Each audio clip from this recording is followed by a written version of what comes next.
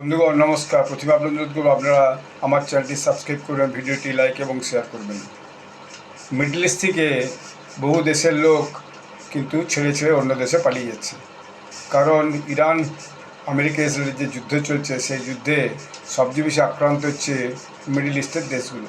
এই মিডল ইস্টের দেশগুলোর মধ্যে দুবাই, সৌদি আরব, কুয়েত, ওমান, এই সমস্ত দেশে বহু বিদেশি নাগরিক থাকতো। তার প্রথম কারণ হচ্ছে এখানে ব্যবসার সুযোগ, দ্বিতীয় কারণ হচ্ছে এখানকার আইন শৃঙ্খলা অত্যন্ত ভালো, তৃতীয়ত হচ্ছে এখানকার পরিবেশও অনেক ভালো। এবং দেশগুলো বিশেষ করে ইউএই, দুবাই, আবুধাবি, সৌদি আরব, এরা তো এখন ওপেন কালচারকে ধীরে ধীরে স্বীকার করছে। অতএব সেখানে যে সমুদ্র তীরে বসে থাকা বা পানশালায় পান করা এসব আজকাল আর কিছু নতুন নয়।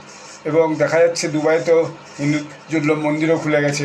তো গ্লোবাল অ্যাফেয়ার্স কমিটি কানাডার যেটা তারা জানিয়েছে যে কানাডার যে বিদেশ মন্ত্রক তারা বিদেশে থাকা কানাডিয়ানদের থেকে তাদের দেশে ফিরিয়ে আনার জন্য তারা ভয়ানকভাবে চেষ্টা করছে, এবং এর মধ্যেই বহু মানুষ এই মধ্যপ্রাচ্য ছেড়ে কিন্তু দেশে ফিরেও গেছে।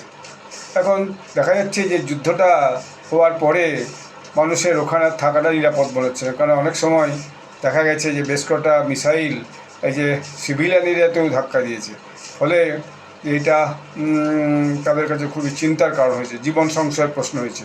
কানাডা জানিয়েছে যে ধীরে ধীরে কানাডা এবং ওই যে মধ্যপ্রাচ্যের দেশগুলোর সঙ্গে বাণিজ্যিক বিমান এবং যে যাত্রী বিমান ধীরে ধীরে বাড়ানো হয়েছে, এবং ওখানকার যিনি পররাষ্ট্রমন্ত্রী অনিল এ পর্যন্ত জেনেছেন যে 7,000-এরও বেশি কানাডিয়ানকে মধ্যপ্রাচ্য থেকে কানাডায় ফিরিয়ে আনা হয়েছে, এবং 871 জন ওই মধ্যপ্রাচ্য ছেড়ে তারা অন্যান্য দেশ সরে গেছে, মানে কেউ ফিলিপিন্স, কেউ সিঙ্গাপুর, কেউ ভারত এবং অন্যান্য দেশে, বা কেউ ইউরোপিয়ান ইউনিয়ন বিভিন্ন দেশে চলে গেছে।